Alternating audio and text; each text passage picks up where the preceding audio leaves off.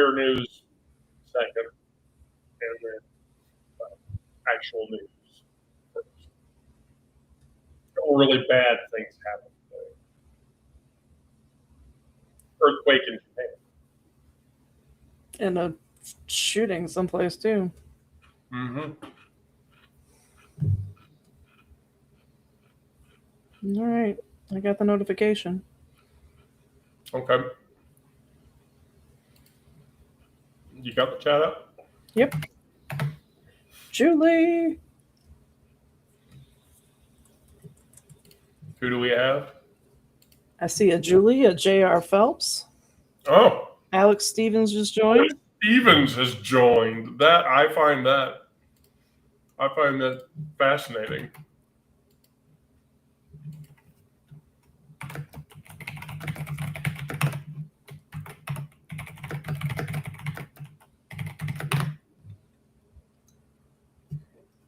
We'll give it a minute and let people kind of filter in before we start having comments. And, I'm bringing up the other channels. Here, let's put the chat. Let's put the chat in the live. We'll put it in the window. Yep. Now chat's in the live. There we go. All right, cool. So now, bring up. There's another Julie. Oh, yeah, okay, 2 Julies. So I free joined tonight, so 6 seats total. So no more than 6 people, so we don't get overwhelmed.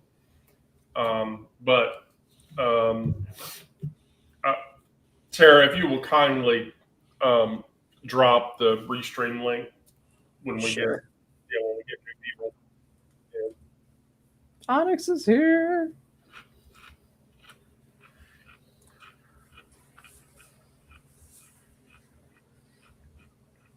Come on in. Okay, so I'll just go right into it. So Orange Shitstain is back to refusing to rule out deploying troops into Venezuela. His tensions with Maduro are getting worse. On top of the fact that the opposition leader, Maria Machado, is starting to threaten him. Threaten who? Maduro. Oh. But the larger scope problem of this is the fact that that the island nations around Venezuela are freaking out because there'll be fodder byproducts of an armed conflict between the U.S. and Venezuela. What's up, big guy? So, but then on top of that, so then the thing after that was Trump has publicly declared that Zelensky has to start accepting reality. And because Zelensky is losing the fight, and so U.S. support for Ukraine is starting to wane while the EU is scrambling to make up the difference. So, but the big thing that happened today was the Trump backtracking on him releasing the boat video. And he won't release the boat video because the boat video apparently clearly shows that we double tapped. Hit him once, waited a few minutes, hit him again, and killed them, committing murder, which is really, really not good. Representative Mike Turner warned a second strike targeting survivors would be an illegal military act because it would be, especially if Hegseth ordered it, an act of actual murder. He'd be complicit in a murderous act. which is hey Elaine. Hi. I wish I knew am I too close to the... Oh, Wendy, do you want to try a different format? Oh, here, yeah, we can. Here, I always use my phone because my camera, but it Here, seems like I'm always Oh, close to the screen. Yep, you're good. Hello. hello. Wait, you have shit go on 2 days. You need to be rested. Who, me? Yeah. Yeah. Yeah, I'm actually going to drop off in just a minute, right when Egg comes home. I just wanted to say hey there. you need to be chilling the fuck out. Yeah. No, I definitely need to. I'm waiting on some. I wanted to talk to you, Wendy, before I get naked and get in the shower. Oh, okay. Well, at least I know you're thinking about me. Well, oh shit! I had to go to the eye Brandon. today, and they put drops in my eyes to numb them, which I hate. Then they put drops in my eyes to dilate them, which I hate even worse. Right. And I drove home like this. You probably should not be driving.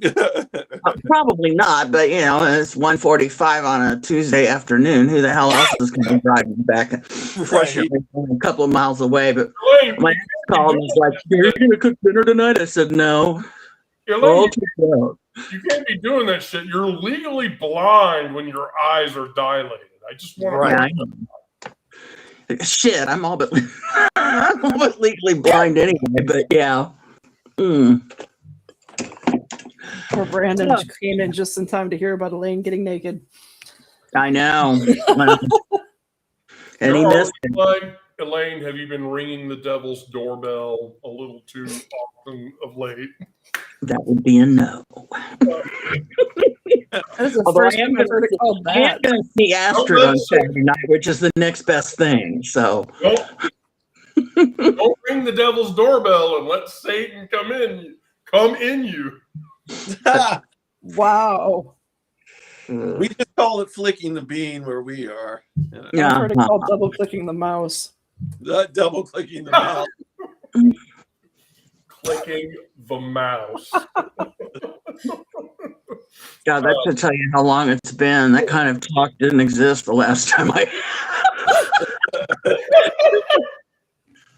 Oh. Oh, I do have an announcement, by the way, for everybody. Yes. We're doing Trauma Live on Thursday, and we're going to have a new guest.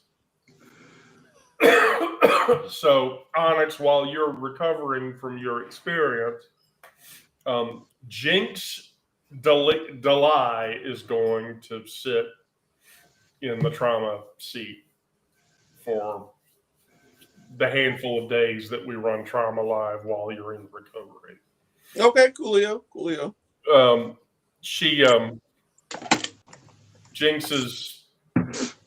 I think Jinx is having a crisis of, should I keep doing this shit? And I have said, well, you should just come on Trauma Live with us and talk. And I think that would be good. I don't know why Brandon isn't joining the live. I sent the link. He's just sitting here watching. And I don't know if I want Brandon to just sit and watch me. Well, I mean, 4 chicks at once. We can't help it that it's not his target market. Too much for him. More female than he can handle all at one time. So the other bad thing that has oh yes, Julia, of course. Oh wait, yeah, there he is. Yeah, there he is. Well, you turned your lights on this time, dear. Fancy. Yeah, always jingle all the way because nobody likes a half-assed jingler. All right, y'all. I'm dropping off. Everybody have a good day. Yeah, go back to resting, Alex. Thank you. Bye, y'all. Bye. Bye-bye. Bye. Yeah, her blood pressure is going up. I think she's nervous. So the Supreme Court appears poised to side with Trump over the case testing his authority to fire Federal Trade Commission members, which would dismantle the Federal Trade Commission.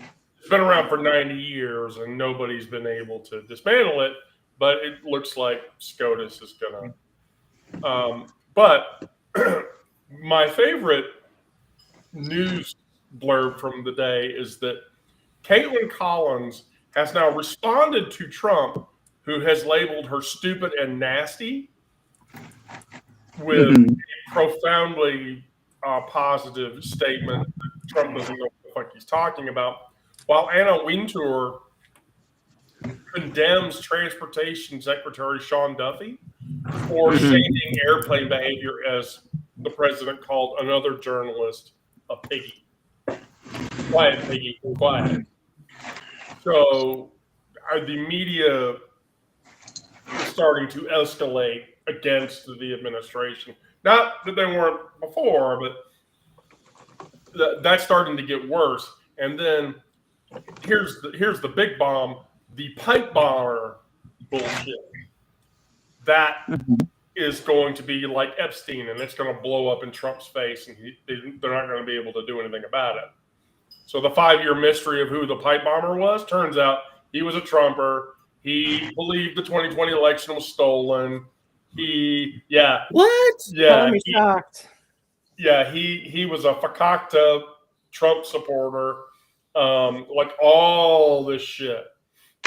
And so his whole thing about planting explosive devices near the Capitol complex during the January 6th events were his hope to kill enough people so that Trump could go into office. And there's no way for them to paint the pipe bomber as anything other than a profoundly negative person. On top of that, Marjorie has gone full Democrat. What? Yeah, Marjorie, literally. Yeah. So here's the thing: in the South, not a lot of people know this, I don't think, but there's a phenomenon in the South, and that phenomenon is called a Dixiecrat. Have you heard of a Dixiecrat? I have. Okay. So Brandon has not. Sarah, I'm assuming you've never heard of it. I've heard the term, but I don't know what it is. Okay, so this goes back to time for an education lesson. So here's how it works. Back before 1964, when you had the political parties, a liberal, conservative, and a Republican and a Democrat were not universally synonymous with each other. What you really had back then was a conservative and Democrats and Republicans. Liberalism as a political ideology did not really enter into U.S. politics until the late 60s. Free love and flower power and let's love everybody and the Equal Rights Amendment and women burning bras and all this other shit. Well, it's not shit, but liberalism entered into U.S. politics in the mid-late 60s. So a Dixiecrat was a conservative Democrat. They voted Democrat. They would have voted for AOC, but they were conservatives. Yeah, they were also racist at the time. Yeah. I So was waiting for you to use your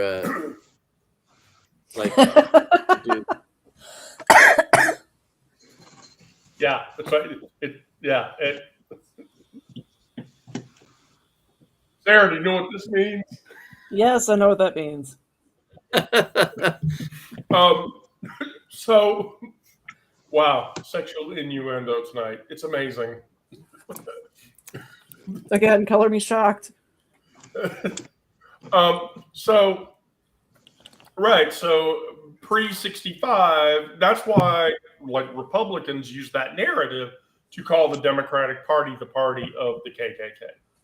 Because really, yes, pre-1965, the party of the KKK was the Democratic Party. Now, let's just be fair. In the mid to late 80s, David Duke, who was the Grand Dragon of the KKK, and all these other KKK members jumped the Democrat vote and all became registered Republicans. And that's the thing that Republicans sort of gloss over is that, well, the KKK, they're a bunch of Democrats. Well, no, they're all Republicans. Yeah, 50, 60 years ago, maybe. Right.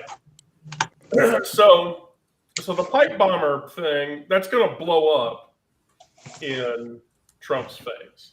And he has no control over it. Mm-hmm.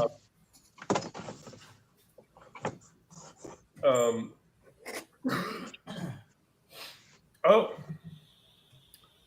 we have an assemblywoman in the chat. Amazing. Welcome, Deborah. Drop the link if you want, Sarah. Yes, ma'am. Drop Deborah, if you'd like the to join us, feel free. Yeah, drop the link. So the pipe bomber issue is not an issue that the party is going to be able to walk away from. On top of the fact that there is a growing female sentiment against Mike Johnson. So Mace and Boebert and all of the other Republican women in the party are pushing towards censure and no confidence vote on Mike Johnson to boot him out of the seat as the speaker. And largely because they're lagging on releasing the Epstein materials because the women in Congress are not letting that go. Trump wants them to let it go, but it's not gonna happen. You know, they're really gonna have to sort of deal with that. So to top all of that off, there was an earthquake in Japan, which was a 7.5 magnitude earthquake, and it injured 23 people. It triggered a 2-foot tsunami, while UN has urgently demanded coordinated 20-foot tsunami. Looked at my note wrong. Sorry. And the UN is urgently demanding coordinated global action on climate crisis because that's, climate crisis is what's contributing to this bullshit, making all this bullshit happen. But that's the UN, so you can pretty well be guaranteed that orange shit stain is going to go, fuck you. So that was the news today. I don't want to talk any more about the news today because that really, between the boat thing and and then Jasmine Crockett. Jasmine Crockett is now running for Texas Senate, and it looks like she will probably win it. Wow. 8 minutes ago, I got something from Ground News. Democrats flip Miami mayor's office, winning control for the first time in nearly 30 years. Yeah, the blue wave, I mean, it's going. Trump was up in Pennsylvania today trying to save Pennsylvania. It does not look like he's going to be able to do that. He's going to say "Rats a ruck." Yeah, I don't think that's going to happen. So that's sort of that's where we are with but let's talk about queer shit. Because I want to talk about queer shit. I read the article about Philippa Phaneuf. Have you heard about this? No. Philippa Phaneuf is a pastor up in Rochester. And in front of her entire congregation, she announced, I'm giving up on pretending to be a man, and I am going to transition to womanhood. Mm-hmm. Which... What kind of church was it? Rochester, I think that's let me get the reference up and I'll tell you. Philippa is her name. Rochester, New York, or Rochester, Minnesota? No, Rochester, New York. Philippa. Here we go.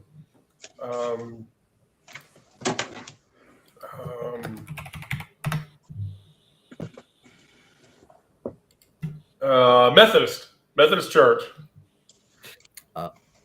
So the Methodist Church, by the way, of most of the Protestant denominations, like it and Presbyterian are the more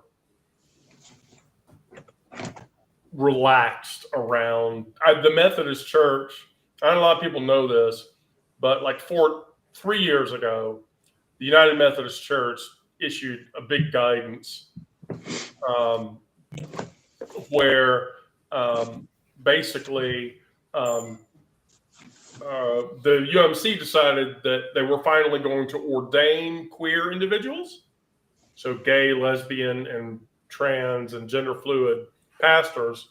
And then the other thing that the UMC was going to do was they were going to perform same-sex marriages in the churches. Well, here in Georgia, what happened was the guidance was issued, and the Georgia State Diocese said, okay, we're doing this. We're ordaining queer people, and we're going to marry queer people. And 27 of the 876 churches in Georgia said, no, fuck you. We're not going to do that. And so the Georgia Diocese said, fine, we'll reissue the guidance. So we'll do the demographic data for a year and come back. You're appealing our decision. We'll follow the bylaws and do the research for a year and come back. A year later, they came back, and the Georgia Diocese said, we've done the guidance. It makes sense. We're going to do this. The 27 churches said, no, fuck you. We're not doing it. And the Georgia Diocese said, fine, you're excommunicated. You can't be Methodist churches anymore. Ooh. So, yeah, that's what I was going to say. They would probably, the Methodist Church would probably be okay with the transition of the pastor there. Oh, God, yes. Oh, heavens, yes. Quite a bit, actually. And I don't know if it's the first time that a pastor has actually done that or not, but Philippa, she's up there. She's in the first 2 or 3 times that's happened. That there are tons of queer Methodist pastors.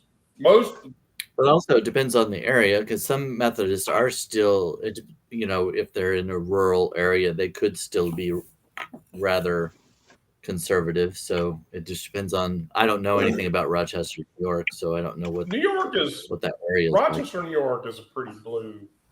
I know a couple of people. I know a few people who live up in Rochester.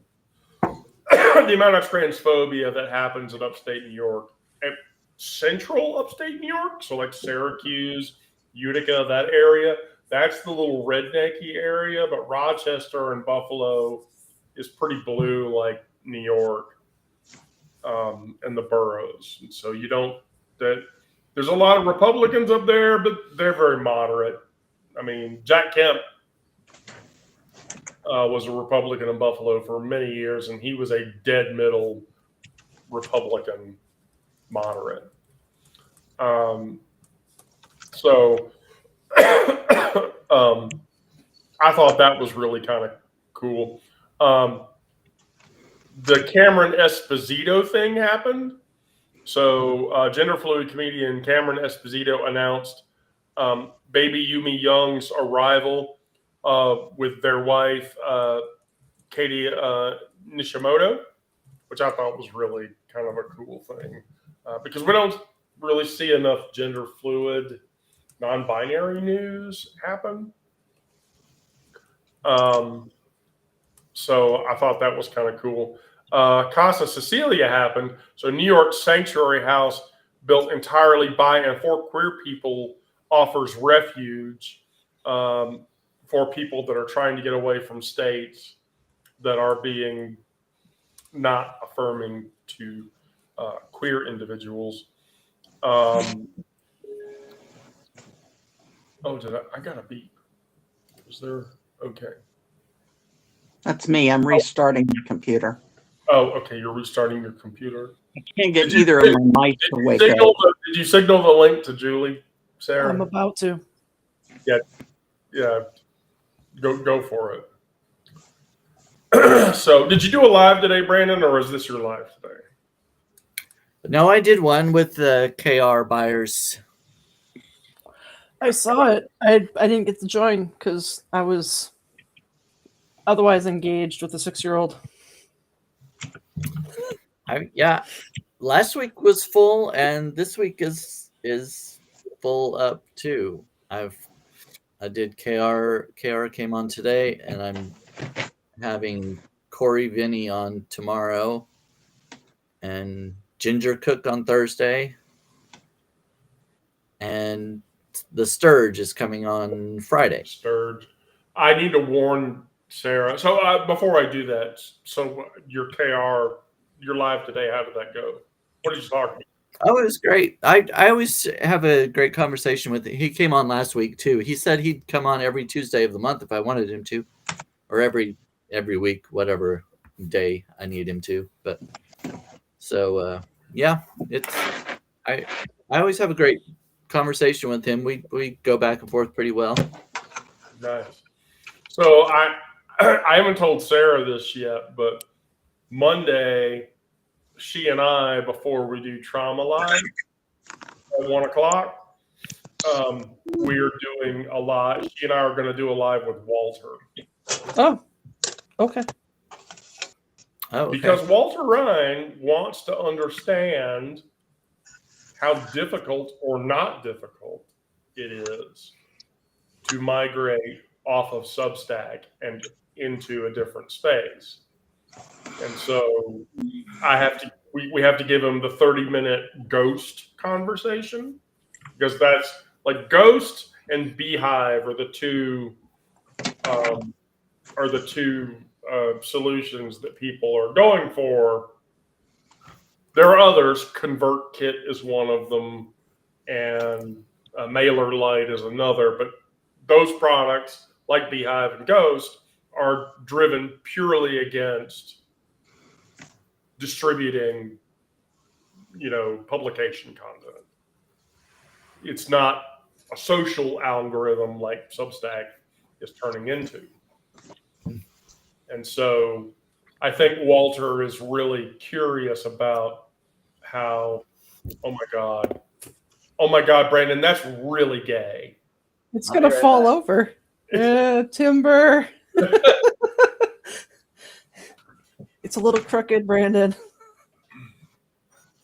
I think that's a personal problem. But I also think, Sarah, that's something that she said. You wouldn't expect it to be a little straight, would you? No, I suppose not. No, curved at least. I had to go let my cats in, but I wanted you to have something to look at. Yeah, my friend got me this. She found it at Michael's.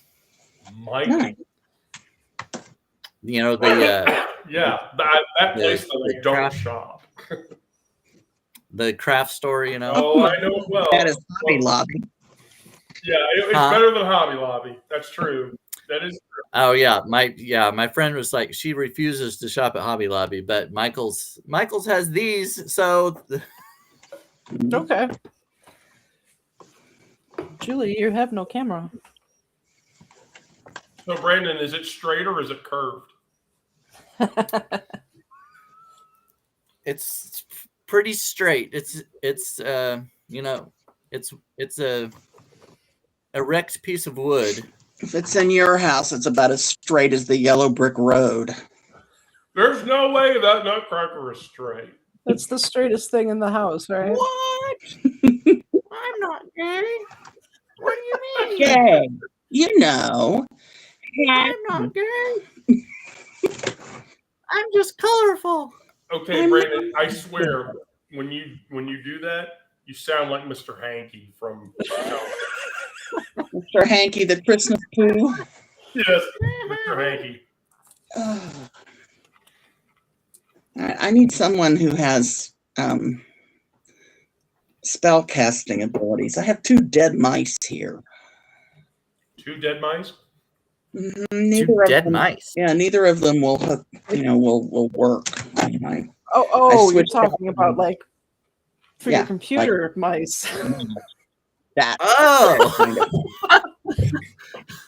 I thought your No, if cats I had- brought in a couple No, of if dead I mice. had dead mice, they would be swiftly dispatched. Let me tell you. But You're no, looking for I necromancer switched or out something. my work laptop for my. You need a technical wizard. And she's frozen. Yeah, I was thinking more like, yeah, she needed a witch to have the bodies of dead mice do some. I didn't know what was She going needed on them with that. reanimated. Yeah, bring it back to Oh. life. What? There we go. You're now back. there she is. I don't know what happened there. I guess I'm not even supposed to talk about my mouse being dead. I know, and then I'm all blurry and shit, but I don't give a fuck. I probably will look better. Oh, did we get Julie? We got her, but her camera's not working, and now she's muted, and we couldn't hear her before. Oh, that's great. Your camera's not working. My mouse isn't working. We're just a patched together crew here.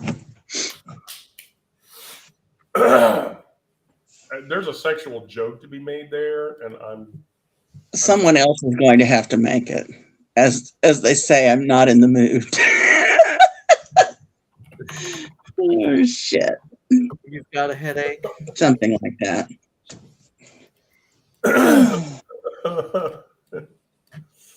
Really? Is that what you're really telling me? There's Julie. Oh, there's Julie. Oh, good. You can see me. I can't see you. Where are you?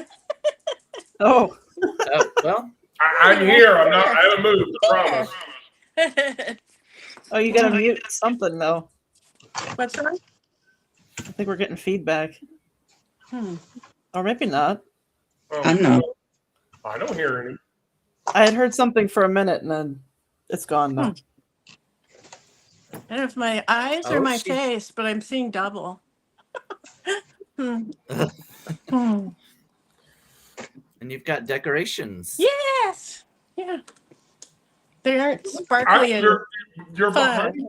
The behind you looks very festive. If my cat, I have a new kitten, I would show you. Well, she's 2 years old.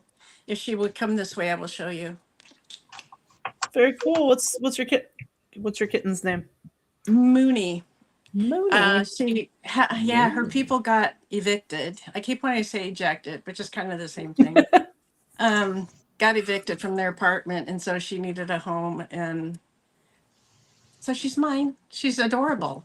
She's really Very nice. cute, and she doesn't mind the dog at all. She's totally happy with the dog. It's funny. Yeah, but is the cat a Mooney? I don't think so. She doesn't have the orange outfit anyway. No, not a Hare Krishna. No, not that one either. Yeah. Okay. Apparently, the teenager found her as a little kitten outside all by herself, and so she snuck her home under her shirt. But it only took Mom a couple of hours to figure it out. She had seen a movie with a girl named Mooney, and she liked that, so she named her that.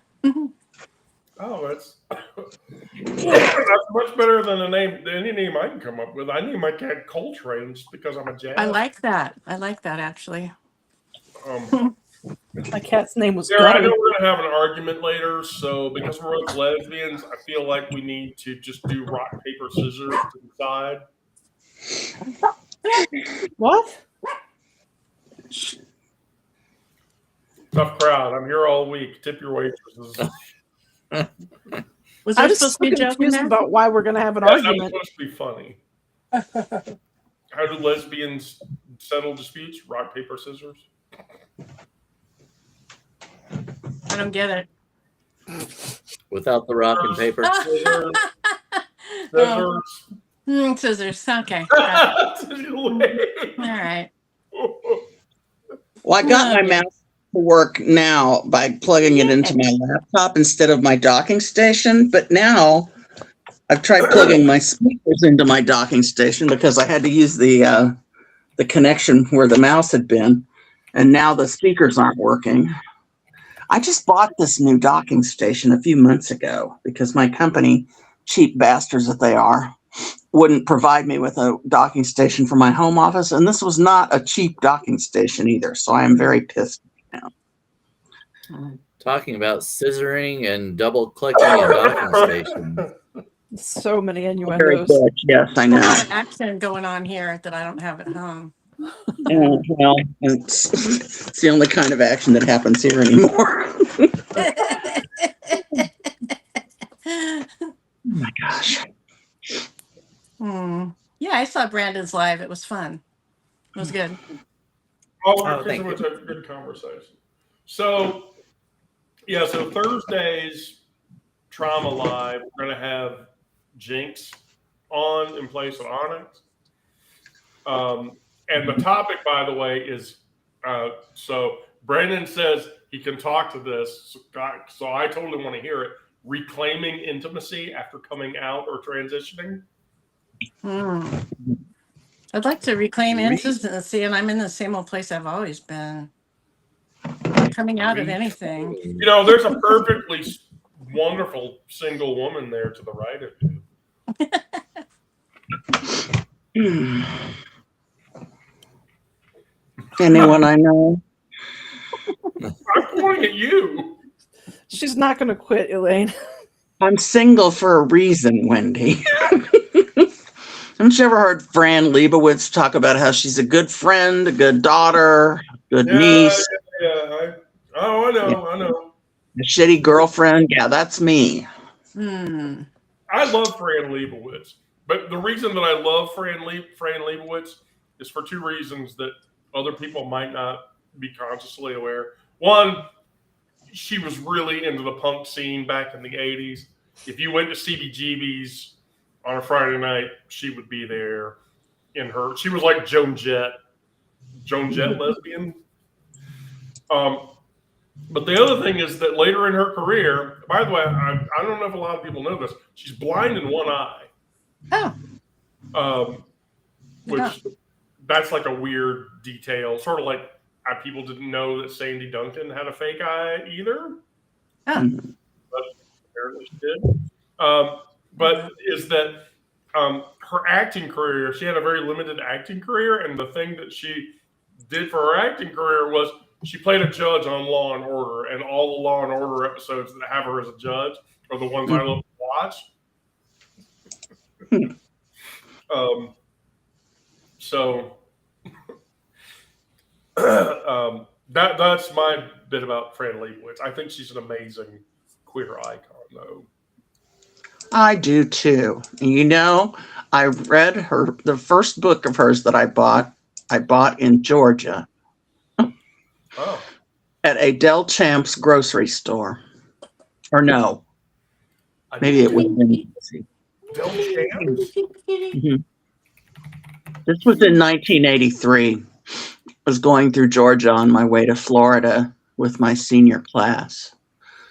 The way back, we came along the Gulf Coast, went through New Orleans, went to the French Quarter. Anyway, so here I am reading Fran Lebowitz.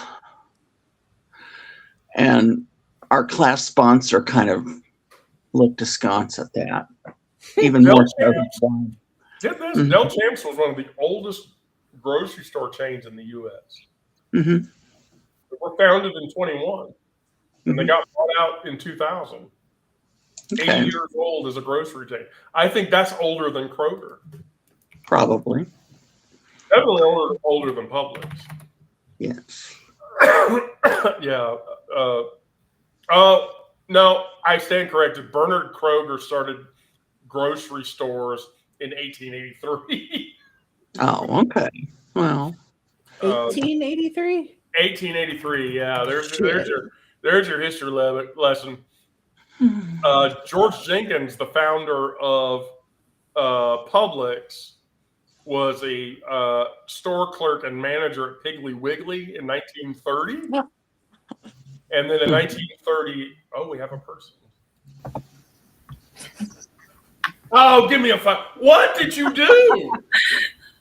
I cut my hair. Looks nice. Oh my God. It's cute. Thanks. Oh. Way long a time ago. Okay, I'm trying to see this. I don't have my glasses Have you on. done that before? Have I? Have you cut it that short before? Yeah, a while ago. In fact, it was not quite Sarah's length, but about a little bit. Yeah, it's been 30 minutes washing it.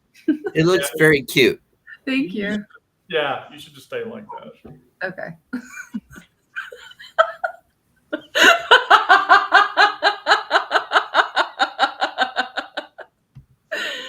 Okay, go back to what you were talking about. So your Publix was 1935. So Del Champs, that's crazy. Wait, did you buy one of the lesbian books at the Del Champs too, or did you have to go to? No, it was just there. It was there on the rack in the grocery store. And it was social studies was one of the 2 books she's written. And then later on, I bought the other one, Metropolitan Life. I have a copy of Metropolitan Life somewhere, I think. Mm-hmm. Fran Lebowitz is a queer icon, though. She's fabulous. Yeah, she's up there. She I hate to say this, I hate to compare her to somebody, but she's like Viggo Mortensen. So you know the story about Viggo Mortensen, right? No, but I'd say she's like Dorothy Parker. Well, here's the thing about Mortensen. Mortensen's a Renaissance guy. He's an artist. He writes music. The only reason he does movies are because his kids tell him that he should do the movies. So when he got the part to play the Strider Aragorn, his kids were like, "Oh, you have to do that. Don't do any other movie but that." And that's why he took that role. But he's a sculptor. Like Mortensen's all this weird shit. Fran Lebowitz is the same way. She's a writer. She's a poet. She's an actor. She does all this really cool shit. And so, as an individual, yeah, Lebowitz is like, she's an every woman from that era of time. That's my opinion, and you can tell me I'm crazy.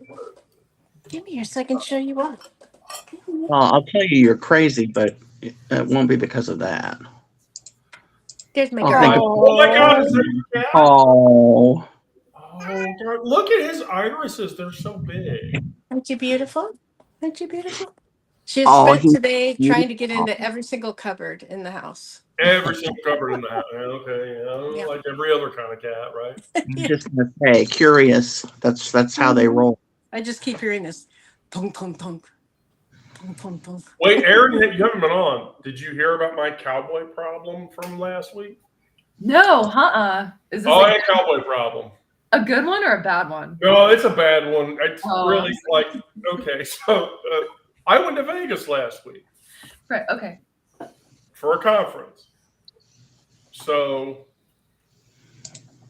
on Wednesday, I was done with the conference.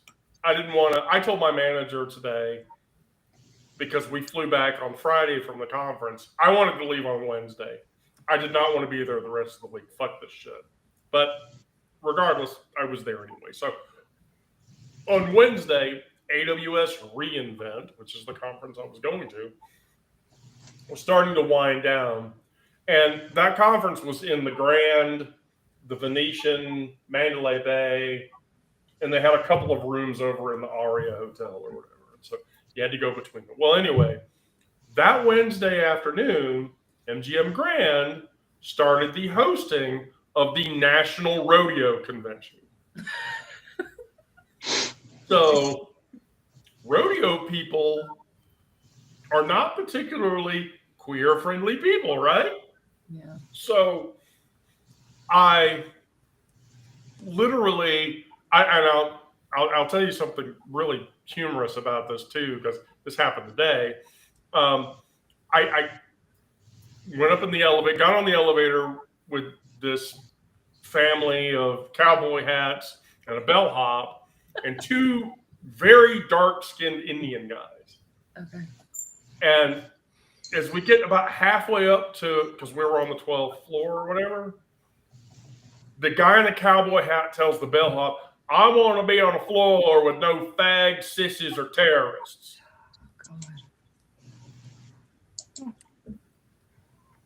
It went downhill from there. Oh. So every time we would go into the casino, I would get stares. People staring at me and shit. Like, okay, you've never seen a trans woman before. Well, I won't say anything. So what will Kira do? She's the one that'll be like, Yeah. so, but then here was the other thing. They kept playing that Sexy Tractor song by Kenny Chesney. Oh, yes. Which,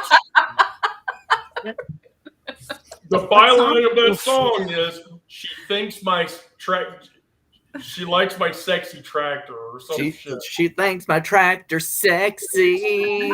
Yeah, okay. Yeah, I know that one. Really? I don't. I'm very glad I don't. So funny. Brandon, you know it, but do you like it? I do not like it. Okay. But I worked in a place where the owner liked country music, and I heard quite a bit of it.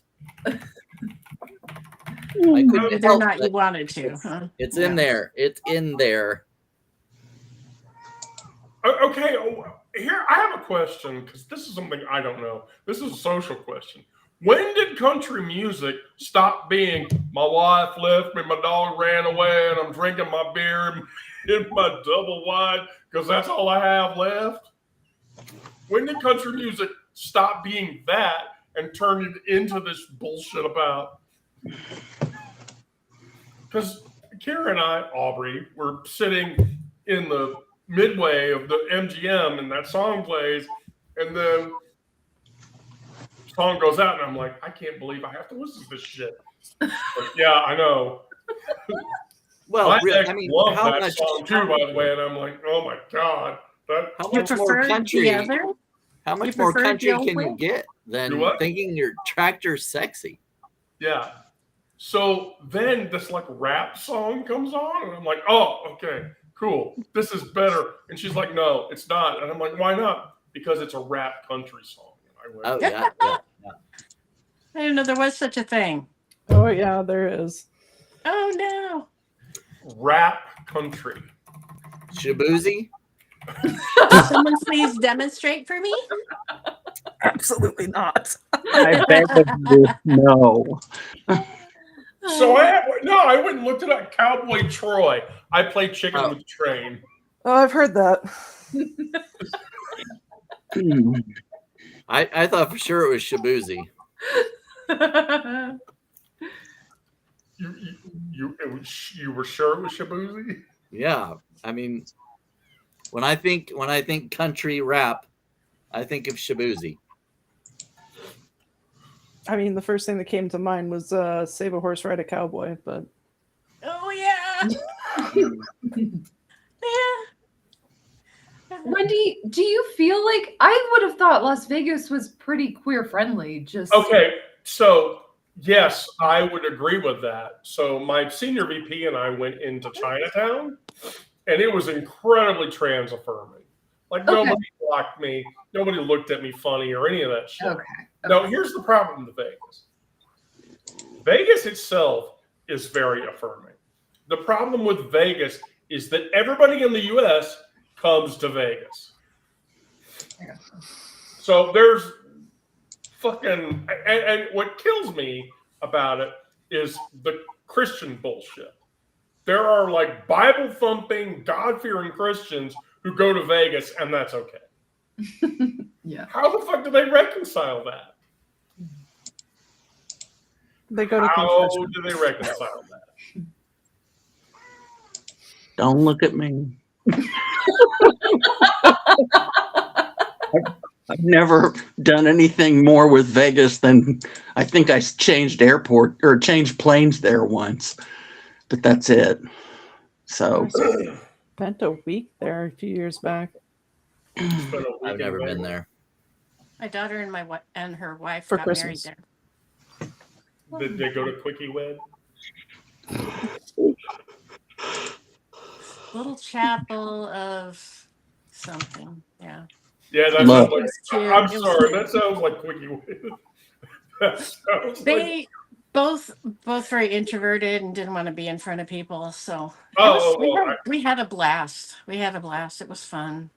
my friend Ashley, fucking, her and her wife went to the Justice of the Peace or whatever. Mhm.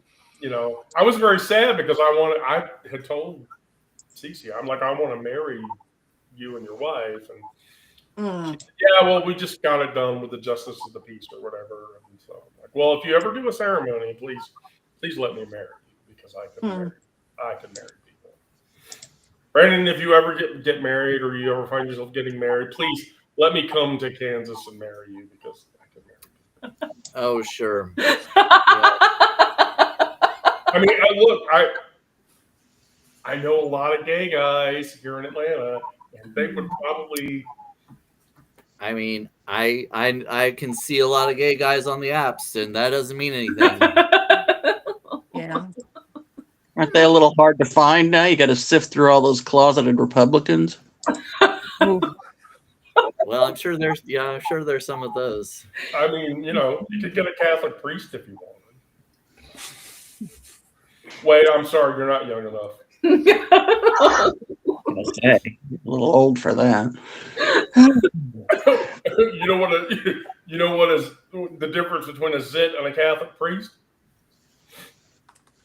A zit won't come on your face until you're 12.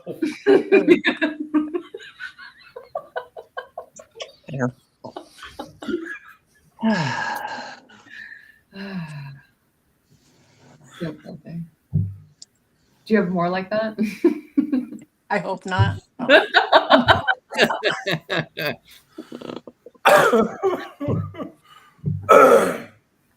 Oh, I have a handful.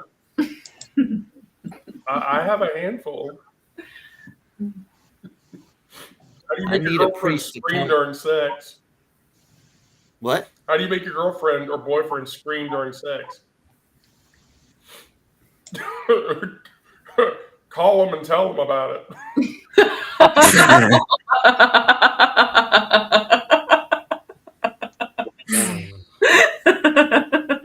Wait, You know during? what boom ba is? What do you mean? I said, do you know what cis boom ba is? I can't wait to hear this. It's what it sounds like when a sheep explodes. Oh. I know, it's not even Wednesday yet. Worst joke Tuesday.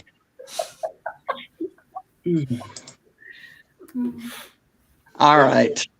What did the letter O say to the letter Q? Dude, your dick's hanging. Do what?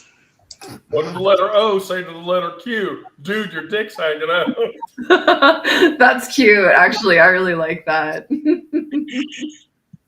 And on that note, I gotta go get in the shower, Wendy. I have to go to the office the next 2 days in a row. What?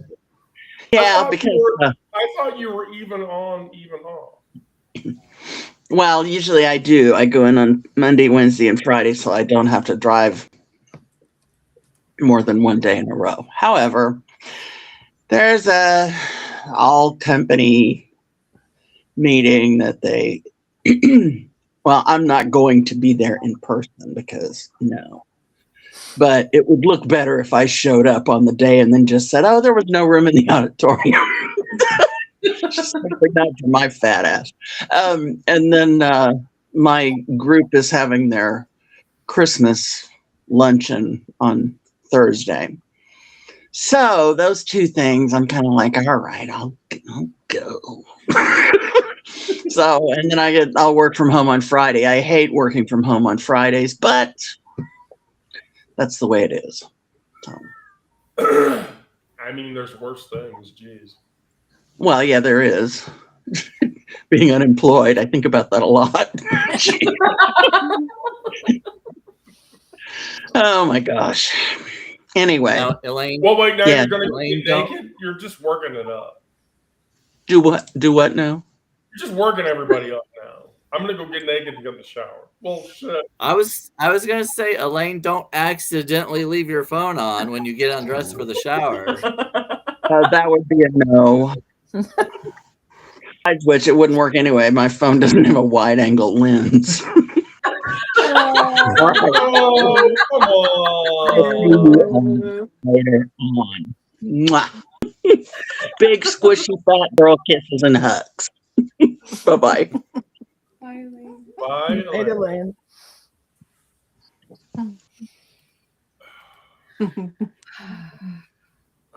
gosh. So wait. Oh, did we get somebody back? Oh, we didn't. Okay, we lost. We lost. Elaine. All right, cool. It might have been Elaine trying to rejoin accidentally. Yeah, so that we could see her. We could see her name. Most phones are waterproof now, you know. Yeah, not mine.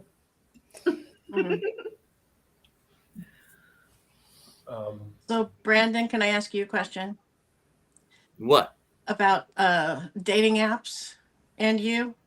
What's the worst Oh, boy. thing? What's the worst thing about them? I mean, because I've done a lot of the trying to do the online dating apps, and it's just pathetic. The worst thing about them. Looking at the The people Grindr app on them. during the Republican National Convention. Yeah. No, you know, they can work. There are a lot of ghosting and a lot of fake accounts and things like that. So you kind of have to know that going into it. Like if somebody ignores, doesn't reply or something like that, don't take it personally, because that's kind of how it goes on those, at least from my experience. But yeah, it can be kind of hard if you're not used to that. It's a weird way to do any kind of relationship. Yeah. Oh, I know. So- it's completely backward, really. So I have rules about this. Now I'm gonna tell you some. You want to hear bad dating stories? I love bad dating stories. I've got like four. That's all I have. I've got 4 really good bad dating stories that don't involve me, by the way. Oh. But they're really great. So here's the deal. So I have rules. So Brandon, listen to Mama's rule. Listen to Mama. Mom's going to educate you. Here. I've heard you. You've told me about your rule. They didn't work for me. Okay. So here's the first rule. You're on the dating app and you're talking to the person on the dating app. If you have been chatting with the person for 2 days and they haven't called you yet, it's bullshit. Oh, really? Yeah. Now, if you get that far and you've been talking on the phone for 2 or 3 days, like 3 days, and you haven't met the person or set up a date yet, then it's bullshit. Now, you go out on the date with the person. So now you're texting with each other and you're calling each other and you've gone out on a date. If you don't go out on another date within a week, it's bullshit. It's over. Now, if you make it to the second date, now you're dating, you're calling, and you're texting. You're developing a relationship. Now you have a 40% shot at having a decent relationship. So, now for the story. So I have a friend, and I'm not going to name this friend, but I will make you feel much better about dating, Julie, when you hear this. So, this friend of mine had a real problem with, she would talk to somebody on a dating app, in which she would go like 2 days, and then she'd call me up. Hey, Wendy, it's me. Oh, hey, what's going on? I think I found him. And I'm like, okay. How do you know? Well, we've been talking for a couple of days, and he told me that he's in love with me. Yeah. Okay. That's true love right there. That's true love. Yeah. All right. Are you sure you're not romanticizing this or whatever? And she's like, no. And I'm like, okay. Then I won't hear from her for like 2 weeks.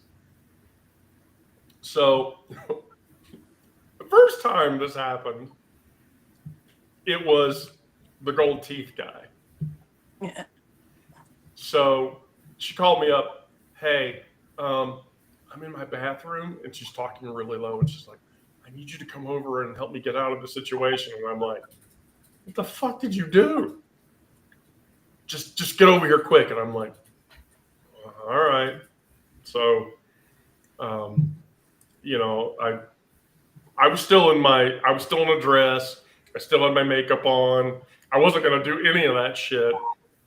So I ran over to her apartment, knocked on the door, and she opens the door and she goes, and she dead named me, but she did that on purpose. Oh, William, you're here. Thank you. I was trying to tell the person that's in my apartment that my husband was coming. And And I walked to the door, and it was a person of color. And he sort of stood up and he looked at me, and he like wasn't sure if he should be threatened or not. And he smiled, and when he smiled, all of his teeth were gold. Oof. Well, he kept sniffling and rubbing his nose and sniffling, and I was like, oh, cocaine nose job. Mm.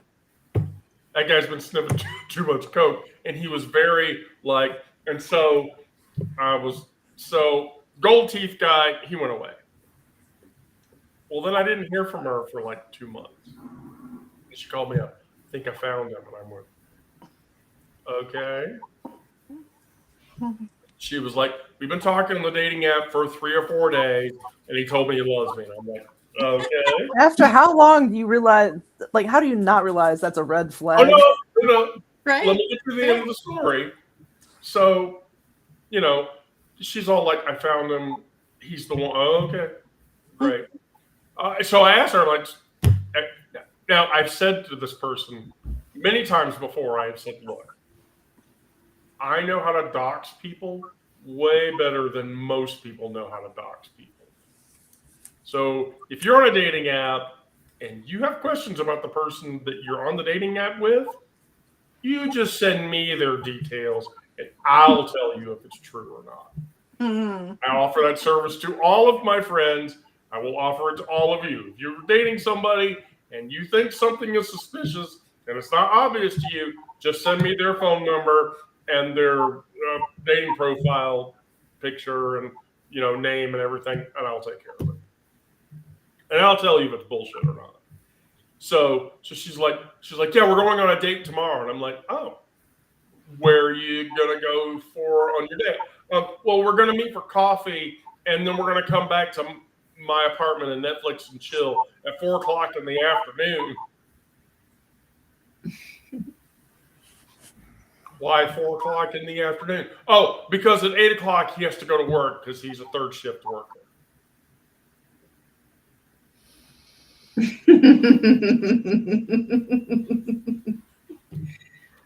Okay. So I didn't hear from her for a week. I called them to check. Hey, have you been on date 2 yet? No, he's been working every night from 8 until 8 o'clock. So I don't hear from him until 9 or 10 o'clock in the morning. Okay. Oh. Have you been to his house yet? No, I can't go to his house because he has special needs kids. Doesn't want me to meet his wife yet. Yeah.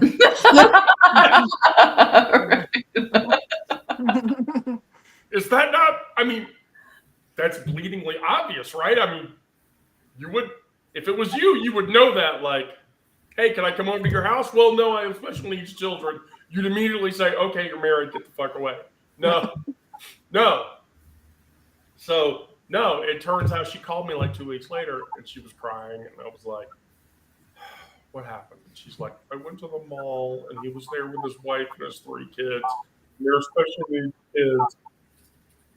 But he was with his wife. And I'm like, you have to learn. So, I didn't hear from her for a couple of months. She called me up again. Only this time, it was 2 in the morning.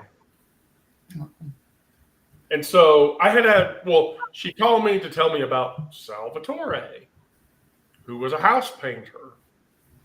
And like he loved her and I love you and I want to be with you. Okay, great. And so they were going out. I heard about like 2 or 3 dates with Salvatore, like that were not in her apartment, Netflix and chill, and then go get in the bed and fuck, and then he leave.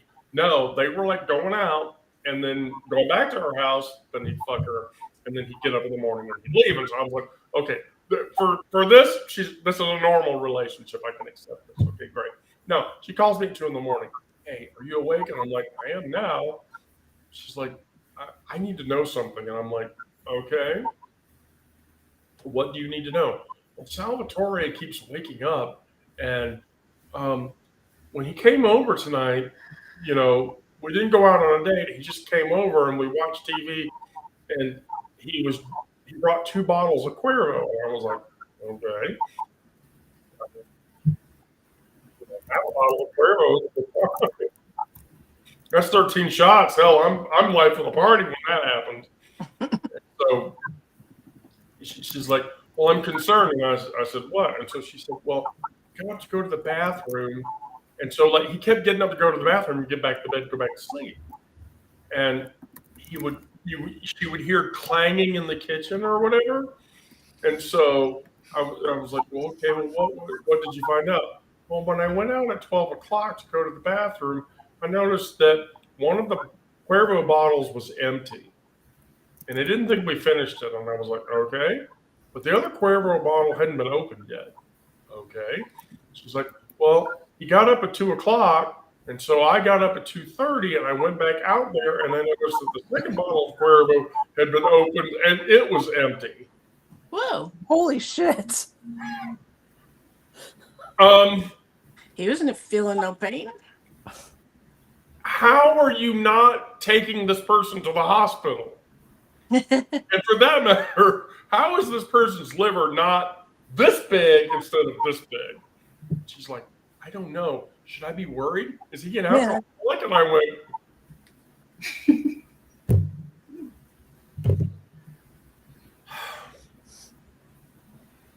you need to give it up. You need to give it up. You just need to give it up. So, we get to the piece de resistance. And Brandon, you're going to love this. Oh God, there's more. Oh yeah, no. This was It just keeps getting worse. Oh no, this was I stopped talking to her after this. So she started to date the youth pastor at her church. So no, it's not. Just wait for me to get to it. So she was like, he wants to meet you, and I was like, oh, okay, sure. I mean, I can do that. I can even dress down and just wear a pair of pants and some flats. If he's not, because if he's a church person, maybe he's not ear friendly or whatever. She's like, no, it's okay. Wear whatever you want. I'm like, okay. And so I go to, and his name's Chris. And so we go out, and I met him, and he was lovey-dovey on her and shit. And then she would get up and go to the bathroom, and he would start hitting on me. So, here was the thing. The whole time we were sitting there, I was like, because I have a thing about faces and names. I don't forget names and faces ever. I mean, ever. Even if it's somebody I talked to for 5 minutes. And I'm racking my brain because I'm like, I know this guy. I know this guy. I know this guy. Where the fuck do I know this guy from? So I'm going through the Rolodex in my head, trying to remember where it was I saw this guy, because I had talked to him before. I know I had. And so she comes back from the bathroom, and they're back to being lovey-dovey and shit.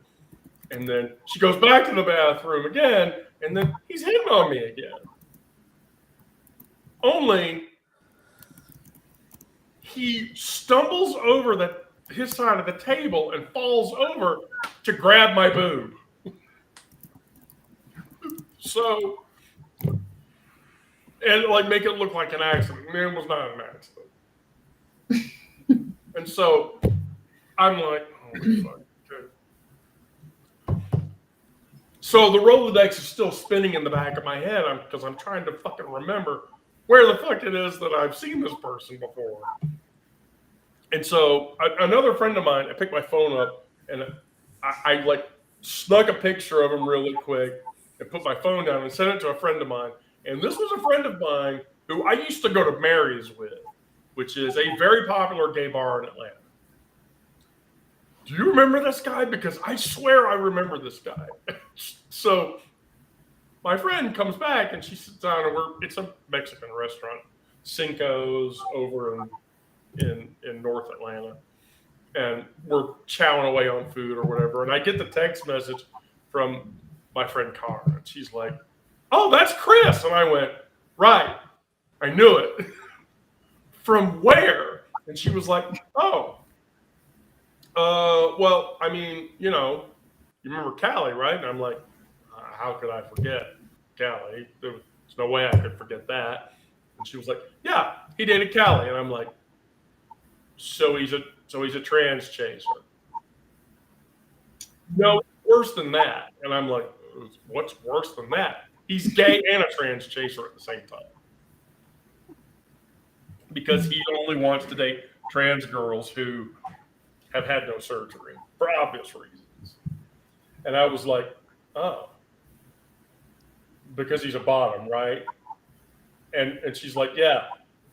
Did he grab your boob yet? And I went, okay. Did you know? Yeah.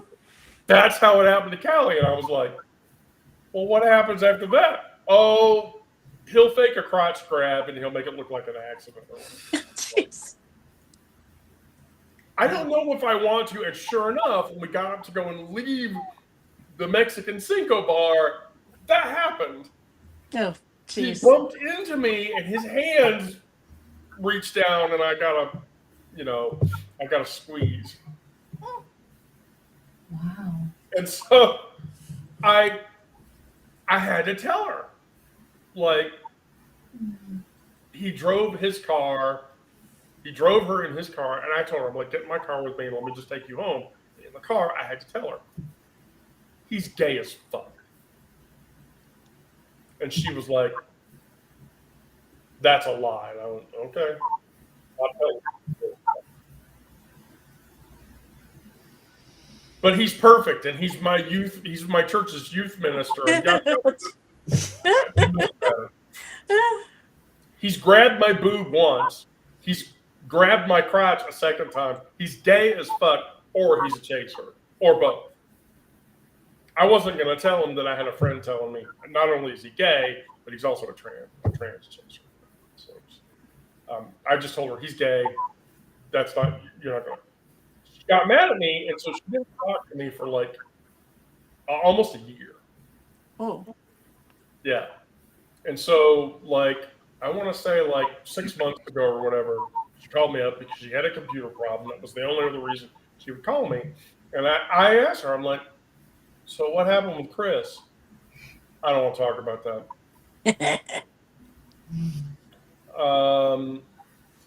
Why don't you want to talk about that? Because I don't want to talk about it. But why don't you want to talk about it? Because now I want to know. And she's like, he wanted to do certain things that I just didn't feel comfortable with doing. And I was like, I mean, we're talking whips and chains. I mean, that's not bad. I have a safe word. Everyone should have a safe word. Right? And she was like, no.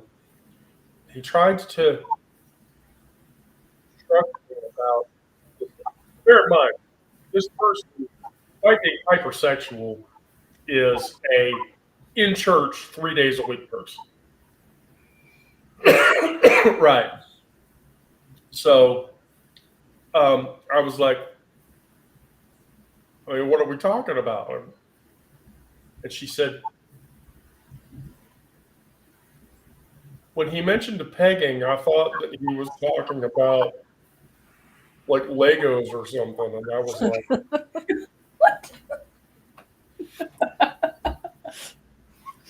Oh, bless her heart. okay. I mean, that's not bad. That sort of puts you in charge of things. Mhm. Maybe that should be empowering to you. And she was like, no. That's why I'm not talking about it. And I was like, oh, okay. Well, did you break up with him after that? No. Well, now I have to know. Well, when did you break up with him? Yeah. When he was at my apartment one night, and I came home early when he was watching porn. Gay porn. Naked. On my couch. Oh, the couch. An implement inserted into a cavity. I literally looked at her. I don't see a problem with that. Why are you shouldn't shame? There's no kink shaming in the pleasure zone. Right, I know. Just should not have that hang up. You could date a gay guy. Did he make you happy? He was making me happy until I saw him put something in his ass. Okay. Man. So that's the rule, Julie. 2 days you're chatting with somebody. If you're not on the phone with them, it's bullshit. 3 days of talking on the phone. If you haven't had date one yet, it's bullshit. You make it past that, your odds increase exponentially.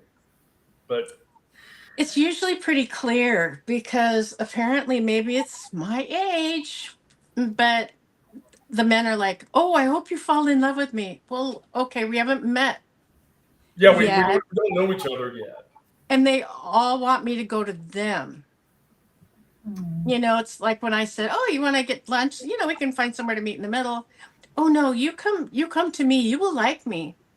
Well, no, I mean, maybe you need to pay somebody because I think that's really was just looking for a free, free hooker. I don't know, but I was stuff like that. Or a guy, I was having the best time talking to him, texting, talking on the phone, and I met him to eat, and I could not watch him chew.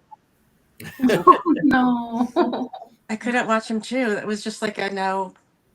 Was That he was it. like one of those noisy eating people? Well, it was actually, and it's not even his fault. He has this weird thing where his sinus cavity is like open into his up into here, so like he gets stuff stuck. So he's always going, Oh, and like I was just like, oh, that seems really unpleasant. It was great. That's I watched him chew, and yeah. Yeah, that's extremely unpleasant. I just didn't think I could get past that, really. Yeah. No. And I'm never going to be when they say to me, oh, you come to me, I'm like, no. No, just no. They don't even want to go buy me a coffee. Forget it. No. I mean, you could just go out with somebody, just hopefully you don't experience what I did, and you go out and sit in the car, and then they expect you to give them a blowjob because they bought all of your drinks at Johnny's that night. Because that's happened to me. oh, we lost Julie. Oh, we lost Julie. She'll come back. She's probably getting ready for Lisa's. Oh, Lisa's. Yeah, we should go. I have a great one. It'll break Aaron if I tell it though. Do it. I went out with a girl one night, and she looked at me and she said, "Give it to me, give it to me. I'm so wet. Give it to me right now." Wow. And she could scream all she wanted, but I wasn't going to share my umbrella.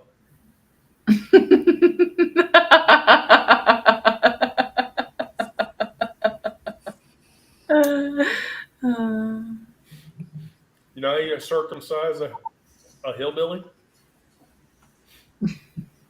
Kick a sister in the chin? Oh man. I knew where that was going. Oh. What's the difference between the G spot and a golf ball? The guy who likes to go looking for the golf ball. Damn.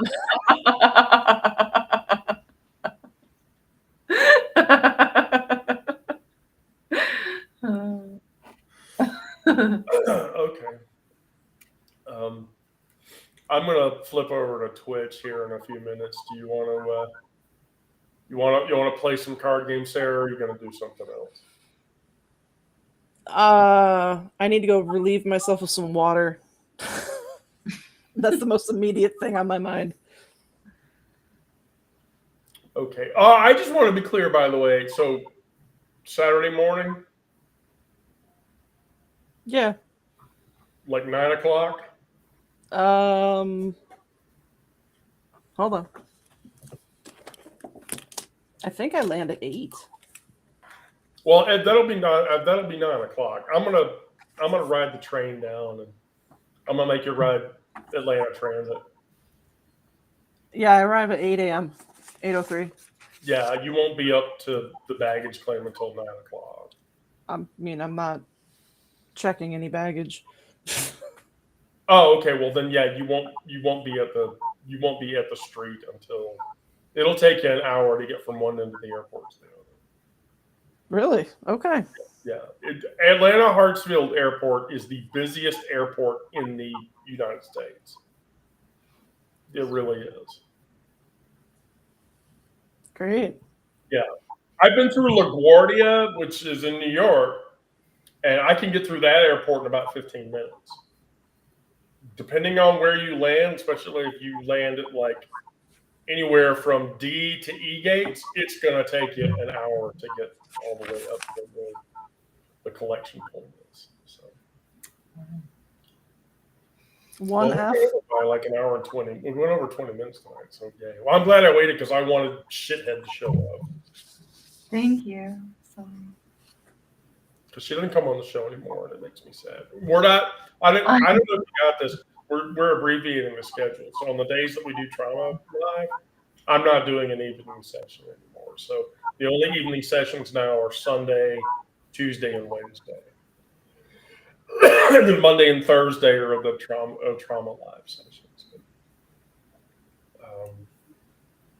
So if you could make trauma live, I would love for you to participate in trauma live. But I know that's the middle of the day. So. is that at noon East time?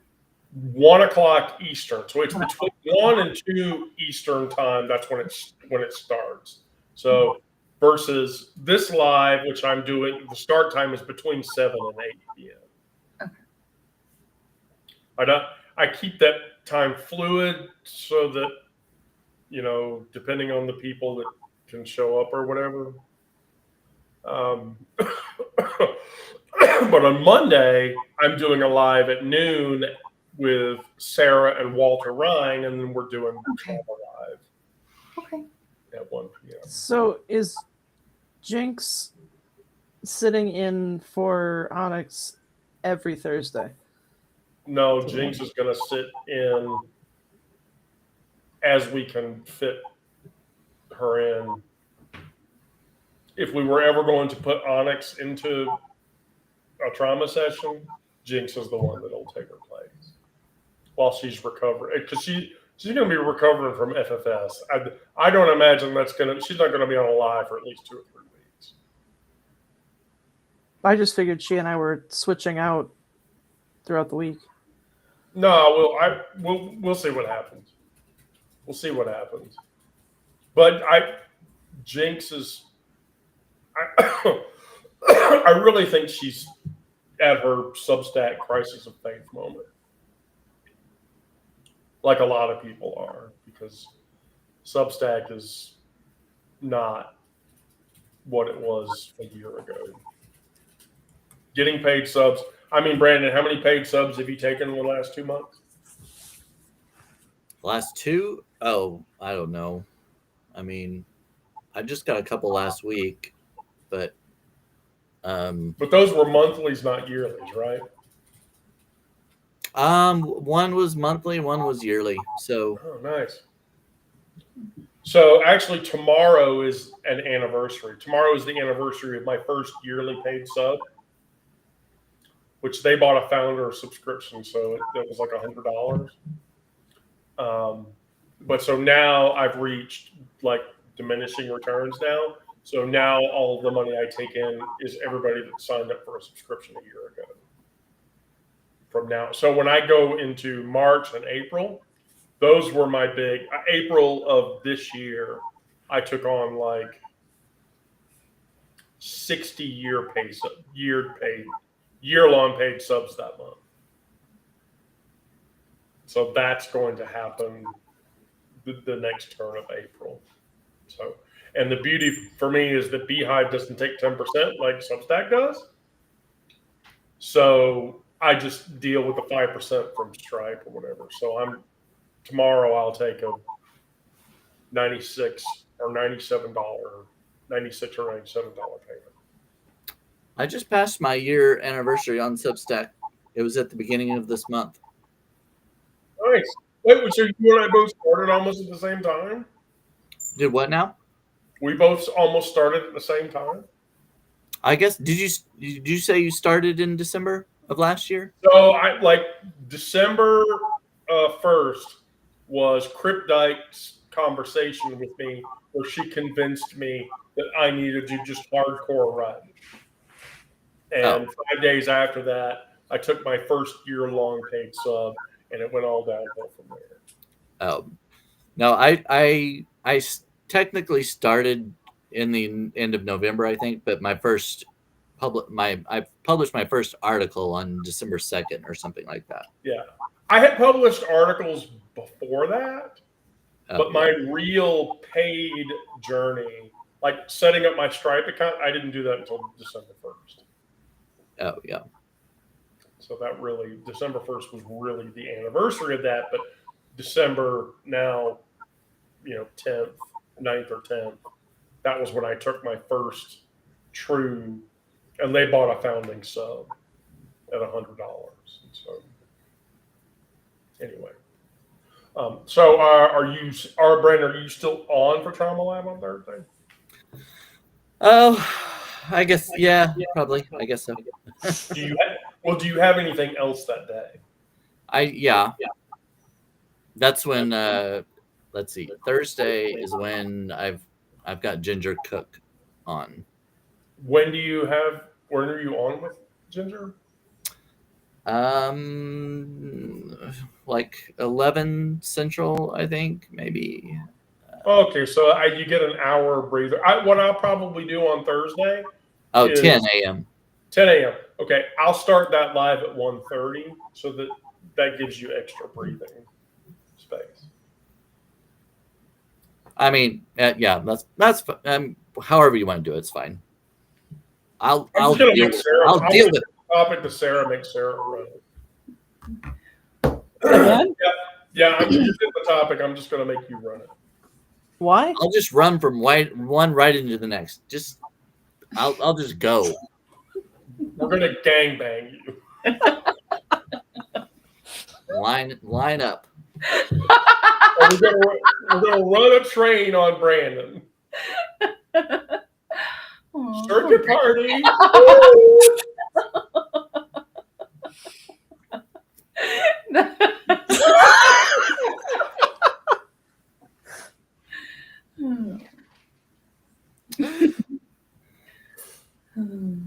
Okay.